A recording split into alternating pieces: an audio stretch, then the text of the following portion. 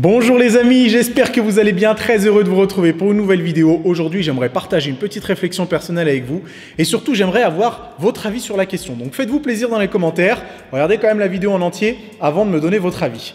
J'ai l'impression que ces derniers temps, je me retrouve de moins en moins dans l'ambiance musculation actuelle. C'est-à-dire que j'ai l'impression d'avoir de moins en moins de choses à partager avec le pratiquant de musculation qui aurait commencé il y a quelques mois ou il y a 1 ou 2 ans grand maximum. J'ai l'impression que les motivations qui m'ont fait commencer ce sport sont totalement différentes des motivations qui font commencer la musculation aux nouveaux pratiquants. Non pas que leurs motivations sont moins bonnes que les miennes, hein, absolument pas, j'ai pas dit ça. C'est pour ça que j'ai besoin de votre avis dans les commentaires. Je dis juste qu'elles sont totalement différentes, ce qui fait que j'ai un peu de mal à trouver comment m'exprimer à ces personnes-là parce que j'arrive pas à identifier leurs motivations, leurs désirs, leurs objectifs. Et ça, honnêtement, ça me mine un petit peu. Pour ceux qui ne me suivent pas depuis très longtemps, sachez que j'ai commencé la musculation en octobre 2006. Ça fait 10 ans et demi, presque 11 ans maintenant, que je fais ce sport. Et quand j'ai commencé, les motivations, elles étaient simples. Il y avait un gros aspect esthétique, c'est-à-dire que je voulais être bien foutu en fin de compte, hein. Je voulais avoir un corps équilibré, bien proportionné, etc. Et puis au fil des années, ça s'est transformé en bien-être, santé, performance et bien-être psychologique aussi, parce que ce sport, je le fais avant tout pour moi. Et à l'époque, il n'y avait évidemment pas de réseaux sociaux, j'avais pas de chaîne YouTube, pas de profil Instagram, pas de profil Facebook. Je pouvais poster mes résultats nulle part. C'est-à-dire que jamais en commençant la musculation, j'aurais imaginé pouvoir montrer mes résultats à un certain nombre de personnes. Plusieurs centaines, plusieurs milliers, plusieurs dizaines de milliers, plusieurs centaines de milliers de personnes maintenant. Et du coup, ça fait que les motivations, elles étaient complètement différentes de celles que peut avoir un pratiquant aujourd'hui. À l'époque, on n'avait aucune idée de ce que nous réserverait le futur. On ne savait pas qu'on allait pouvoir poster nos photos, avoir un avis, avoir des j'aime, avoir des commentaires, faire de la compétition. Pour nous, c'était très très loin. Je dis pour nous parce que je suis sûr que beaucoup de personnes se retrouvent dans ce discours-là et que ceux qui ont commencé la musculation dans ces eaux-là, à la même période que moi, je pense qu'ils ont à peu près la même vision des choses. Et on n'avait aucune idée de ce qui était possible. On ne savait pas qu'on pouvait faire de la compétition. On ne savait pas qu'on allait pouvoir vivre d'un métier de coach sportif. Pour nous, c'était très très loin. Mais aujourd'hui, j'ai l'impression que les motivations sont totalement différentes. Je ne sais pas si c'est une bonne ou une mauvaise nouvelle, mais en tout cas, quand vous commencez la musculation ou quand vous pratiquez la musculation depuis pas très longtemps, aujourd'hui, vous avez les moyens techniques, vous avez les applications qui existent pour montrer votre corps au plus grand nombre, pour exhiber vos résultats, pour avoir des j'aime, des commentaires, des partages, pour avoir des avis qui soient négatifs ou positifs. Mais du coup, ça change absolument tout parce que quand j'ai commencé la musculation, mes motivations étaient intérieures. J'avais envie de développer mon propre corps et mon esprit dans une certaine mesure, sans avoir besoin de l'avis des autres, parce que de toute façon, il n'y avait pas les moyens techniques pour pouvoir exhiber mon corps. Est-ce que je l'aurais fait? Probablement que oui, mais là n'est pas la question. Et aujourd'hui, c'est tout à fait différent. J'ai l'impression que les motivations sont extérieures. J'ai l'impression qu'on fait ce sport, qu'on commence ce sport, qu'on continue à pratiquer ce sport parce qu'on a l'occasion d'avoir l'avis des autres, l'approbation des autres grâce aux j'aime, grâce au partage, grâce aux commentaires. Et ça, encore une fois, j'ai besoin de votre avis dans les commentaires.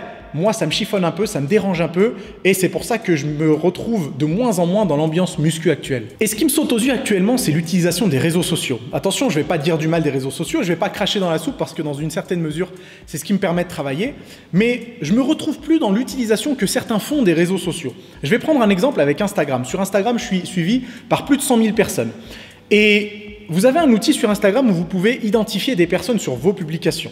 Et je ne vais pas vous mentir, je suis identifié sur entre une dizaine et une quinzaine de publications par jour. Des publications qui n'ont absolument rien à voir avec moi. Et le pire, c'est que quand je vais voir ces publications et que j'essaye de voir quelles autres personnes sont identifiées, je vois une liste longue comme le bras d'une trentaine de personnes identifiées sur ces publications. Des personnes qui, encore une fois, n'ont rien à voir avec le but du post. Et je me suis toujours demandé pourquoi. Pourquoi, si ce n'est juste pour attirer l'attention, pourquoi identifier autant de personnes sur une publication?